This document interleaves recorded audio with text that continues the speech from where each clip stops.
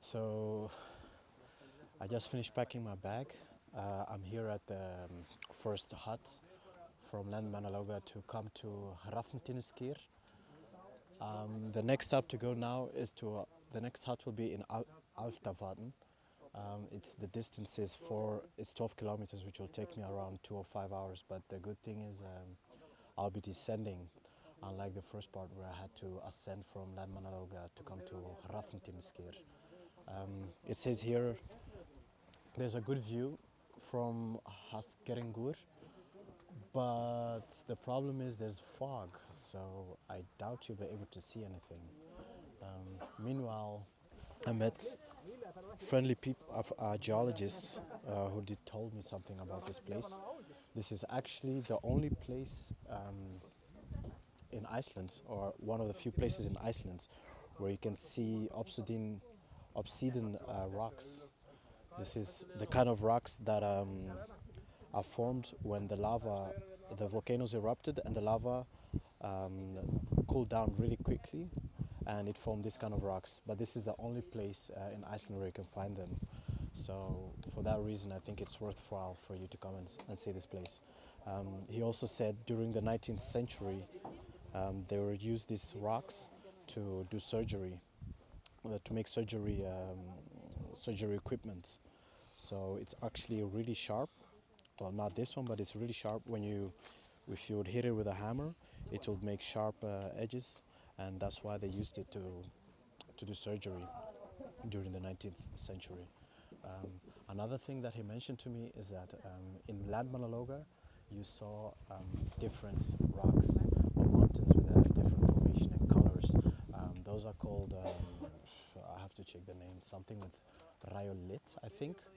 There are actually three kinds of mountains, three kinds of rocks in here. The first one is basalt, and then there's Rhyolite, which is the one that you saw in Landmannalaugar. You can see this from the color, which is like yellow. And then the other one is Obsidian, which is the one I just showed you. It usually has a color of black, but can also sometimes be green.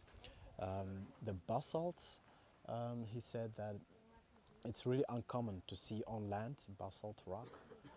He said that normally granites and basalt are the most common rocks seen spread out in the world, but granite is usually on land and basalt is usually on the bottom of the sea.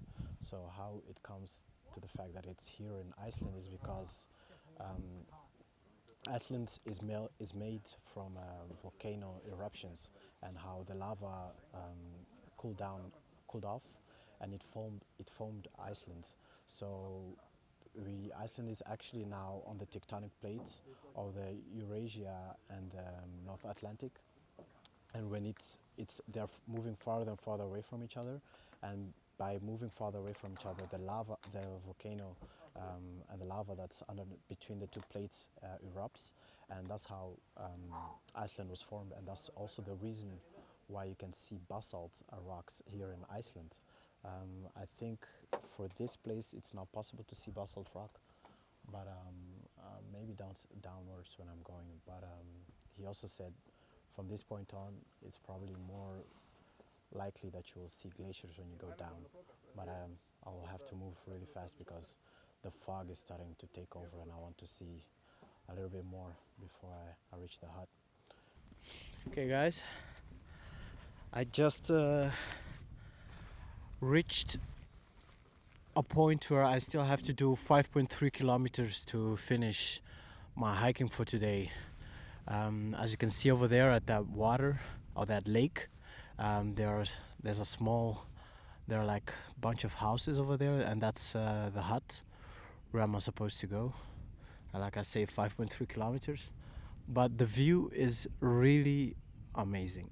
I mean, if you look to your left, that's a glacier over there actually, and the name is called Mýrdalsjökull, and underneath it there's also a volcano.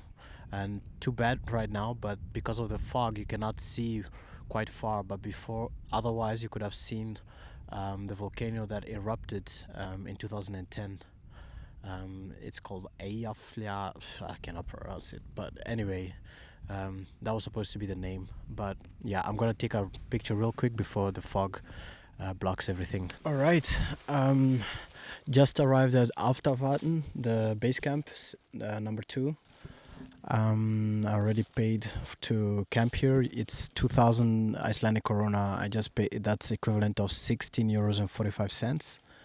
If you want to sleep here, it's in their own cabin. It's 8,000 korona. So multiply 16 by 4, and you'll know the price.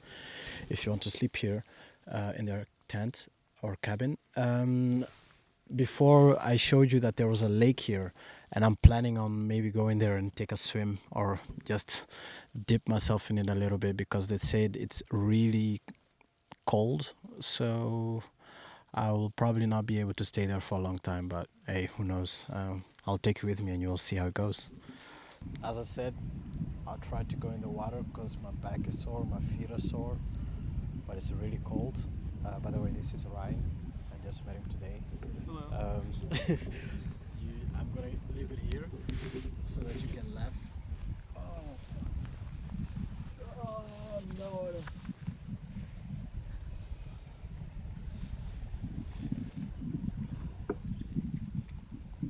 Woo.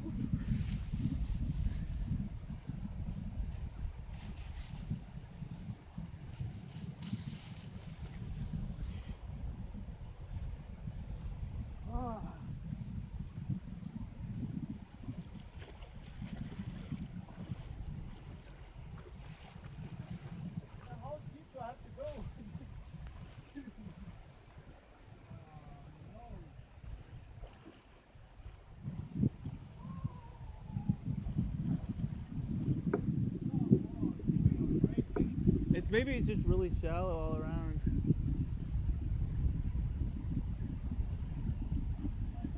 Yeah, exactly.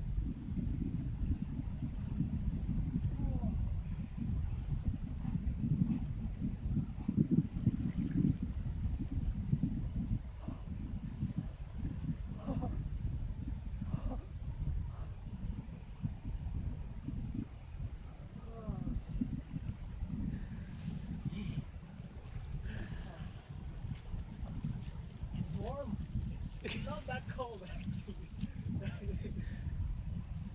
It's okay. I thought it would be worse, but maybe I should go in again.